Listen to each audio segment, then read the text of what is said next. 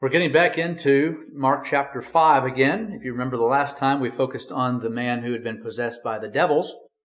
And we finished with verse number 20. And in verse 21, we begin a whole section here that's kind of all woven together. There's two different stories, two different miracles that happened. And you're familiar probably with them both. But I do want to notice with you a few thoughts from them. We may even come back to it another time. I don't want this to get too terribly lengthy, and we could probably preach a message or two on them. But I just want to touch on a couple of things here for today on the two characters here. Actually, the one we referred to particularly is Jairus, but it was his daughter that needed the healing, the miracle. And then the woman who interrupted the whole process as they were going to Jairus' house. And so let's just take a quick look there. Jesus was going back over across the sea, and from some that I've read, it seems as though he was going from the area of Gadara on the east side, probably, or partial east, and going across the sea back over to the west, more in the area of Capernaum. And so he's just gone over there for this little bit in seeing the man that possessed by devils, and then in verse 21, he goes right back over to the same area where he had been previously. And so, in the process here, there comes a man to him, Jairus by name, verse 22. And when he saw him, he fell at his feet and besought him greatly, saying, My daughter lieth at the point of death. I pray thee come and lay thy hands on her, that she may be healed, and she shall live. And so right there, just a little something I want to notice with you is a sort of an inspiration to us, really. And we'll see both of those. We'll see an inspiration in Jairus and then an interruption in the woman with the issue of blood. But first of all, Jairus, why is he an inspiration to us? Well, partly because, or mostly because, he was one of the rulers of the synagogue. And to be a ruler of the synagogue means he's probably up in the sort of the upper echelon of religious society. And the synagogue, of course, being the Jewish church of that day. And so he's one of the rulers. He's one of those men that very well, I don't know all the details of him, but very well may have been a Pharisee. We don't know whether he would have been involved in any other great responsibilities or not, but he at least was a ruler of the synagogue, and very few of those people were willing to accept Jesus. And so when you start looking at the story, isn't it interesting that this man was willing to kind of put everything else aside, probably because it was his daughter, or at least may have been part of it, but he was willing to put all the other acceptance aside, whether his peers and the other religious leaders were mad at him or whatever. He was willing to take that stigma, I guess you could say, to come to Jesus. And so, in a sense, we would say he is an inspiration, because when so many others were not interested in coming to Jesus, he came, he fell at his feet, and asked him earnestly, we might say. In verse 23 it says, besought him greatly, but asking earnestly, would you please come and heal my daughter? And apparently, he believed Jesus. Because this may have been a desperate plea, but it also, notice that he says in verse 23, I pray thee, come and lay thy hands on her, that she may be healed. And to me that says Jairus had faith. Whatever else he thought of Jesus, he believed he could do it.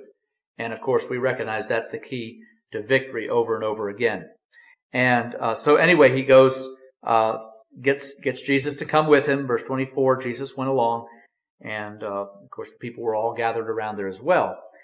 And then you come to this other woman, and someone not long back, a preacher that I heard, called attention to the fact that this woman had had her disease for as long as Jairus' daughter had been alive, roughly. Jairus' daughter was 12 years old. This woman had had the issue of blood for 12 years. And so it's kind of interesting that you'd have that close connection there. But beyond that, you notice that she had gone through all these things. She had been so hounded by the disease, and then also, in a sense, hounded by the financial concerns and the physicians that she would spend their money and not get results and all those things. You can maybe imagine yourself how bad that would be. And then she heard of Jesus. She comes along in that whole big crowd of people and she touches his garment. And I guess maybe for a long time I've sort of thought about that, how she interrupted the procession.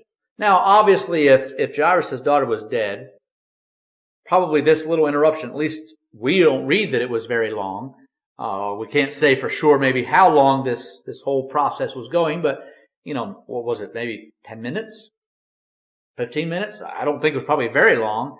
And it's doubtful that those few minutes were what made the difference between Jairus' daughter living or dying. Of course, we could read more about that later. But right here, at least she is an interruption. Jairus was an inspiration because he came out of the crowd of religious people that very few people were willing to get past their prejudices and do. And so he's an inspiration. But now, in the midst of all this inspiring event, then you have an interruption. And this woman who, first of all, she is a woman. Secondly, she has an issue of blood, so she's not supposed to touch anyone. The very fact of touching a woman, and even the idea of her bleeding would have been that's something you can't touch a woman, and particularly with a disease like this, and be clean. And so that would have been a real problem. And so she reaches out and touches Jesus, totally against the culture of that day, and even the Levitical law probably in some measure, where she was unclean because of the issue of blood. And so this hemorrhaging has gone on for all these years, and she cannot get relief. She may have been even, depending how badly she was bleeding, she may have been weak and lethargic even somewhat, but she, even maybe in desperation, just reaches out, maybe even almost falling into him, although it seems as though she tried to kind of get away and hide herself. But in the midst of all that, she comes and interrupts Jesus. But to Jesus, it doesn't seem like it was any interruption. For actually, he could have just kept on walking. In his mind, he could have known there was some healing that went out of me, but instead he stopped. He didn't consider it too much of an interruption, and he asked her, "Who touched my clothes?" And in a sense, it seems as though he was saying, I want you to just come clean. I want you just to let everybody know what's happened and give your testimony.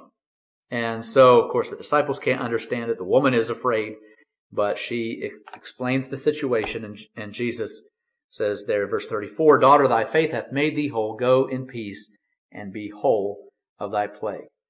And so, in spite of the interruption, Jesus was willing to stop for her as well. And so I'm just going to kind of sum it up right there. Again, we may come back to some other part of this a little bit later on, but I want to notice those two aspects. You have an inspiration, a man who you wouldn't normally think would even come to Jesus, and he came asking for healing. And then you had an interruption in the midst of a healing act already in process as they're making their way to Jairus' house. This woman's an interruption, but Jesus does not consider her that. But instead, he wants to reach out to her. He wants to bring her out into the open and say, take a look at this. Here's a woman who has been healed because of her faith. And so today, I don't know exactly what your background may be.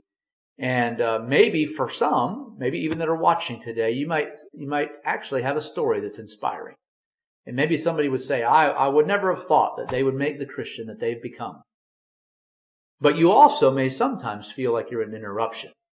And sometimes you might feel like you don't deserve God's favor, or maybe nobody else is going to be glad that you came, or maybe you're just too much trouble, or maybe that's just the way you feel. Obviously that's not the way Jesus sees you, but maybe you feel that way sometimes. And yet I want to just notice with you, Jesus cared about the inspiration in Jairus, the man who was amazing that he's come to the master, and then also the woman that everybody else may have thought, just get out of here. I don't want to have anything to do with you. But Jesus was glad to reach out to her and touch her as well. Actually, she touched him, but in another sense, you would say the power of God touched her as well. So whatever case you may find yourself, don't consider yourself too much of an interruption for Jesus. And thank God for every inspiring story of God's grace. But let's just simply come to Jesus That's what Jairus did, and that's what this woman with the issue of blood did. And each one, when they came to him, they found him sufficient. And you can too. Praise his name.